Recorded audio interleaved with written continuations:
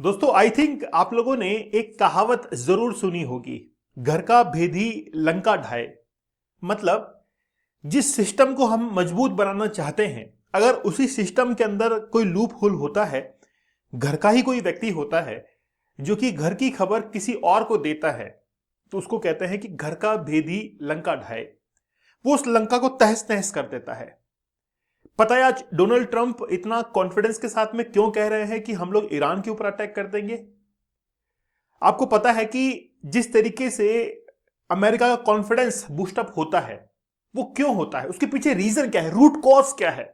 चाहे आप बांग्लादेश देख लीजिए, चाहे आप वेनेजुएला देख लीजिए, चाहे आप यूक्रेन देख लीजिए, चाहे आप ईरान देख लीजिए, चाहे ग्रीनलैंड देख लीजिए, सबके साथ में केस यही है। सबसे पहले मैं आता हूं वेनेजुएला के ऊपर, फिर मैं आऊंगा ईरान के ऊपर। वेनेजुएला के अंदर जो अपोजिशन की लीडर है, उसको नोबेल पीस प्राइज दिया गया, क्योंकि डोनाल्ड ट्रंप को यह पता था कि मुझे नोबेल पीस प्राइज नहीं मिल सकता है। अगर मैंने इस व्यक्ति को नोबेल पीस प्राइज दिला दिया है तो यह अपोजिशन की लीडर है और यही मुझे वेनेजुएला के अंदर क्या कुछ चल रहा है यह सब कुछ बताएगी। और हुआ भी ऐसा ही। सब कुछ खबर जो है वो ट्रंप के पास में पहुंची और वेनेजुएला के राष्ट्रपति को उठा लिया गया। यहां पर एक बार कहावत सिद्ध हो चुकी है। फिर हम लोग आते हैं बांग्लादेश के ऊपर। बांग्लादेश के अंदर शेख हसीना अपनी सरकार को चला रही थी। उसके अंदर भी एक भेदी था और वो था यूनुस खान, जिसको नोबेल पीस प्राइज 2006 के अंदर दिया गया था क्लिंटन के द्वारा। और डोनाल्ड ट्रंप ने, जो बाइडेन ने, इन सब ने मिलकर क्या किया कि उसको भेदी बना लिया। सारी खबर ली बांग्लादेश की क्या कुछ चल रहा है और उसको तैयार किया एज ए प्राइम मिनिस्टर कि तुम जो है प्राइम मिनिस्टर बन सकते हो। और फिर क्या था, सारी खबर ली बांग्लादेश की और बांग्लादेश के अंदर तख्ता पलट करवा दिया और यूनुस खान को एक पपेट वहां का प्राइम मिनिस्टर बना दिया। ऐसा ही वेनेजुएला के अंदर होगा कि जो अपोजिशन की लीडर है, देखना आगे आने वाले समय के अंदर वही राष्ट्रपति बन जाएगी। अब आते हैं ईरान के ऊपर। ईरान को लेकर ट्रंप इतना कॉन्फिडेंस के अंदर क्यों है? क्योंकि ईरान के जो अपोजिशन के लीडर हैं वो हर घंटे की खबर पहुंचा रहे हैं ट्रंप के पास में। और अपोजिशन के लीडर कौन है? रजा पहलवी, जो कि खुद अमेरिका के अंदर है। अब आपको बात समझ में आ चुकी होगी कि घर का भेदी लंका ढाए। ट्रंप ने सीक्रेटली कॉन्फ्रेंस के अंदर यह कह दिया है आउट ऑफ लाइन जाकर कि ईरान के जो अपोजिशन के लीडर हैं वो मेरे आर्ली संपर्क के अंदर है। घंटे घंटे की रिपोर्ट ट्रंप को दे रहे हैं कि आखिरकार चल क्या रहा है। बस फिर क्या था, ट्रंप की पावर बढ़नी ही थी, ट्रंप को तो स्ट्राइक करनी ही थी। आप देखिए कि Iran cross red line. Iran जो है वो रेड लाइन को क्या कर चुका है? क्रॉस कर चुका है। Trump weighs military options as over 500 protesters killed. Iran के अंदर लगभग 500 लोगों की मौत हो चुकी है, लगभग 10,500 लोगों को अरेस्ट किया चुका है और बहुत सारे लोग इंजर्ड हो चुके हैं। आज की जो क्लास है, आज का जो लेक्चर है वो बड़ा थियोरेटिकल है। चीजों को समझने की कोशिश कीजिएगा, बड़ा साइंटिफिक और प्रूफ के साथ में हम लोग आज पढ़ रहे हैं। As protests swell across Iran, पूरे ईरान के अंदर प्रोटेस्ट चल रहे हैं। ठीक है। United States president Donald Trump on Monday signal that Washington is weighing very strong options. मतलब इसके पास में बहुत स्ट्रॉन्ग ऑप्शंस हैं। ठीक है। साथ ही के अंदर यह भी कह दिया है कि ईरानियन जो रिजाइम है क्रैक डाउन ऑन डेमोन्स्ट्रेशन। पूरा का पूरा ईरान जो है वो डेमोन्स्ट्रेशन के कारण क्या हो चुका है? डाउनफॉल पर आ चुका है। ही आल्सो डिस्क्लोज, क्या डिस्क्लोज किया गया है कि Tehran has reached out to Washington about potential talk. Washington के साथ में एक पोटेंशियल टॉक जो है वो की जा रही है, और वो भी कहां से? तेहरान से।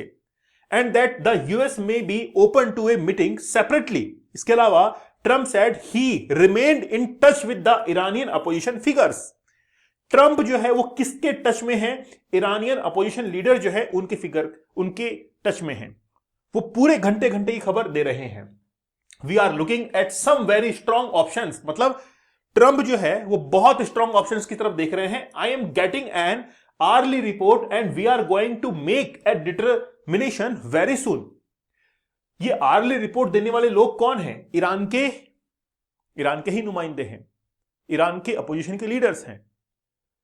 तो आज जिसके थ्रू ये रिपोर्ट्स मिल रही है, मुझे बताइए कि क्या उन्होंने कम से कम ये तो सोचना चाहिए था कि यार ईरान के साथ में तो कम से कम उनके नमक का जो कर्ज है वो तो अदा करें, कम से कम खुद के देश के अंदर जो चल रहा है उसकी खबरें तो बाहर ना पहुंचाएं केवल एक कुर्सी के लिए, केवल और केवल ईरान की गद्दी को हासिल करने के लिए, चाहे जो कुछ भी हो। देखिए क्या होता है, देश के अंदर कितना भी कुछ क्यों ना हो, आज भारत के अंदर सब कुछ होता है, पक्ष विपक्ष सब कुछ होता है, लेकिन कभी भी इंडिया की जो खबरें हैं वो किसी दूसरे देश के पास में नहीं पहुंचती हैं, और अगर पहुंचती भी हैं तो फिर वो गलतियां हैं, वो मिस्टेक्स हैं हमारी, वो मिस्टेक्स हैं फिर हमारी। ऐसा नहीं होना चाहिए, और होता नहीं है हमारे देश में, तो हमारे देश में नहीं होता है। और खास बात है कि हम लोग इन्फ्लुएंस भी नहीं होते हैं किसी और से, ठीक है।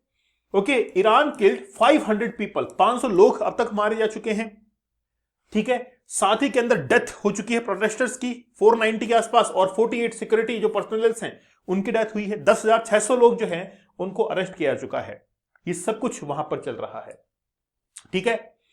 अब अमेरिका के पास में क्या ऑप्शन है, एक तो मिलिट्री स्ट्राइक कर सकते हैं। देखिए मिलिट्री स्ट्राइक करने के लिए लगभग 7,000 माइल्स की दूरी तय करनी पड़ेगी यूएसए को। कोई भी अगर फाइटर जेट या हेलीकॉप्टर या B-2 बॉम्बर वहां पर नहीं पहुंच सकता है विदाउट रिफ्यूलिंग, क्योंकि 7,000 माइल्स की दूरी को तय करने के लिए बहुत लंबा ये डिस्टेंस हो गया। जिससे B-2 बॉम्बर ने पहले बॉम्बिंग की थी, उस समय तो उसको रिफ्यूलिंग करके फिर पहुंचाया गया था। तो मिलिट्री स्ट्राइक एक ऑप्शन है। दूसरा साइबर ऑपरेशंस, जैसे वेनेजुएला के अंदर किया, एक साइबर अटैक किया गया जिसके तहत पूरी की पूरी बिजली जो है वो बंद हो गई, पूरे वेनेजुएला की बिजली बंद हो गई। वहां पर एक सिक्योरिटी गार्ड भी तैनात था, उसने कहा कि पता नहीं कि ऐसी आवाज आ रही थी, आप देखेंगे न्यूज के अंदर, मैं तो बड़ा इत्मीनान से देखता हूं।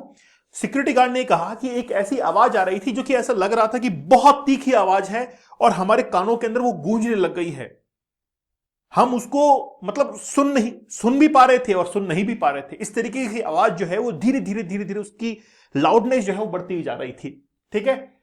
उसके बाद में digital support for anti government groups, ये सब कुछ द ऑप्शंस है इनके पास में। तो जो एंटी गवर्नमेंट ग्रुप्स हैं उनको भी ये क्या कर सकते हैं, सपोर्ट कर सकते हैं। टच विथ ईरानियन अपोजिशन, ये ईरान के अपोजिशन के टच के अंदर हैं। अब समझ गए आप लोग पूरी कहानी क्या है। यूएसए ने जहां जहां लूप होल देखा है वहां वहां उसने फायदा उठाया है। जयचंद को आप जानते होंगे, है ना, कभी आपने हिस्ट्री पढ़ी है तो जयचंद जो है उसको बुलाने का श्रेय, यानी कि जयचंद ने किसको बुलाया, मोहम्मद गौरी को इंडिया में बुलाया था, और जिसने पृथ्वीराज चौहान के साथ में युद्ध किया था। पता होगा शायद आपको, तराइन की 2 वॉर हुए थे, 1191 1192। तो मोहम्मद गौरी जो था वो तो पहली बार में तो हार गया था, चला गया था वो तो, लेकिन जयचंद ने वापस से बुलाया। वो घर का भेद ही था कि यार यहां पर ये कुछ चल रहा है, हमारे राजा आपस में लड़ रहे हैं, तुम आओ। वो आया गौरी और वापस से फिर पृथ्वीराज चौहान को हरा दिया था। अगर अपोजिशन हमारा स्ट्रांग होगा तो हम कभी भी किसी भी देश के सामने जो है घुटने नहीं टेकेंगे। अगर एक बार हमने गलती की और वो अमेरिका को पता लग गया कि इंडिया के अंदर भी अपोजिशन जो है, या कोई भी हो, मैं ये नहीं कहता आप इसको कभी भी पार्टी की तरफ मत लेना कि यार पार्टी के बारे में बात करें, कभी भी नहीं। मैं आपको ये कहना चाहता हूं कि जिस तरीके से रूलिंग गवर्नमेंट इंपॉर्टेंट होती है वैसा ही अपोजिशन भी बहुत इंपॉर्टेंट होता है, चाहे फिर वो कोई भी पार्टी हो। क्योंकि अगर अपोजिशन लीडर्स वो स्ट्रांग नहीं होंगे तो यूएसए जैसे देश फायदा उठाएंगे, और पहले भी ब्रिटिश ने फायदा उठाया ही था। तो आज जो है यूएसए लूप होल देख रहा है कहां पर, ईरान के अंदर, कि वहां के अपोजिशन लीडर जो हैं वो क्या करना चाहते हैं, वहां की गद्दी पर बैठना चाहते हैं। और इसीलिए पूरी खबर जो है, घंटे घंटे की खबर, वो किसके पास में पहुंच रही है, यूएसए के पास में पहुंच रही है।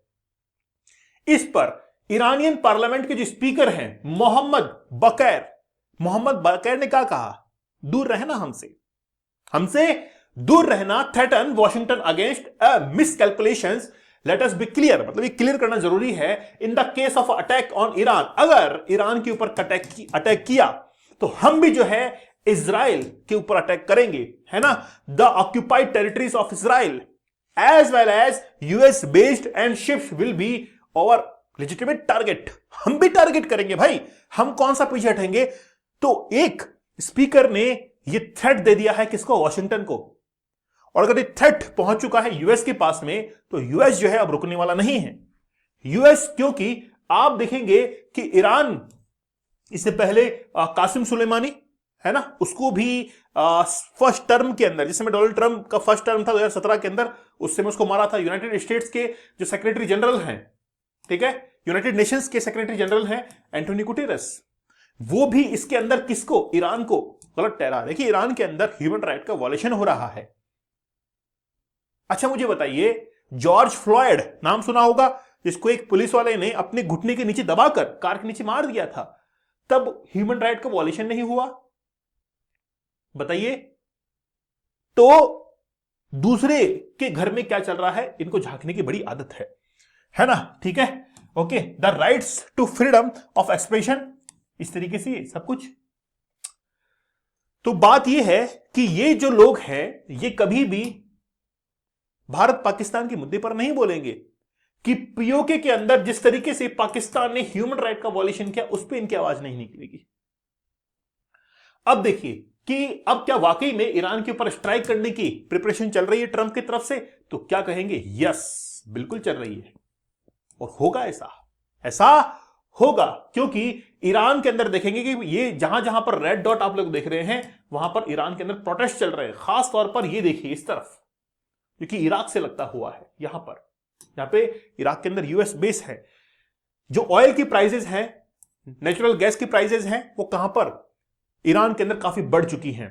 2019 के अंदर बढ़ी थी, और उसके बाद में अब जो है वो बढ़ चुकी हैं 2025 के अंदर, 26 के अंदर। अब ट्रंप ने ऑर्डर दिया वेनेजुएला के ऊपर, है ना, एयर स्ट्राइक करने का। जिस तरीके से यूएस ने ड्रॉप किए बॉम्ब्स वगैरह सीरिया के अंदर, यमन के अंदर, सोमालिया, नाइजीरिया, सब जगह। और पहले टर्म के अंदर डोनाल्ड ट्रंप ने कासिम सुलेमानी जो था, जो कि आईआरजीसी, ईरानियन रेवोल्यूशनरी गार्ड का जो कमांडर था, उसको भी मार गिराया था। तो अब बात यह है कि यह स्ट्राइक जो है कभी भी हो सकती है ईरान के ऊपर, और ईरान के ऊपर स्ट्राइक की तो यह मान के चलना कि सभी देश फ्री हैंड हो जाएंगे। चाइना ताइवान के ऊपर अटैक करेगा, इंडिया पाकिस्तान के ऊपर करेगा, क्यों नहीं करेंगे यार। हम कब तक इस तरीके से बैलेंस बना के चलेंगे पाकिस्तान के साथ में?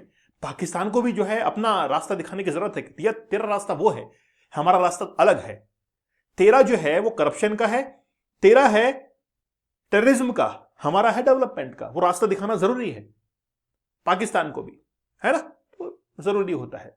दोस्तों डीप वर्क का ये कोर्स बड़ा जबरदस्त है, ठीक है। अभी डिस्काउंट चल रहा है खास तौर पर डीप वर्क के कोर्स पर, या 75 डेज के हार्ड चैलेंज पर। देखिए चैलेंज तो लेना पड़ेगा। अगर आज ये चैलेंज नहीं लेंगे, कल को जिंदगी आपको चैलेंज दिखाएगी, फिर क्या करेंगे? इससे अच्छा है कि पहले से ही तैयार हो जाएं यार, कि कौन कौन से चैलेंजेस लाइफ के अंदर आ सकते हैं। तो ये चैलेंज आपको वो सारे फेस दिखा देगा कि आपका डिटर्मिनेशन पावर, आपका विल पावर चेक किया जाएगा। तो जरूर जो है आप 75 डेज का हार्ड चैलेंज लीजिए। 75 टेक्निक्स मैंने बताई हैं, आप चाहें तो 175 डेज का भी हार्ड चैलेंज ले सकते हैं। आप सोच के देखिए यार कि जब कोई एजुकेटर, एक पढ़ाने वाला टीचर लाइव सेशंस के अंदर आकर 175 दिन तक, 175 डेज तक आपको लाइव सेशंस दे सकता है कि आप यार इस एडिक्शन को छोड़िए, तो वो चैलेंज आप एक्सेप्ट क्यों नहीं कर सकते हैं? फिर दीपक इंदौर ऑफिशियल टेलीग्राम पर जरूर ज्वाइन कर लीजिएगा। तो मिलते हैं आप लोगों से अगले सेशन के अंदर, तब तक धन्यवाद, थैंक यू, जय हिंद।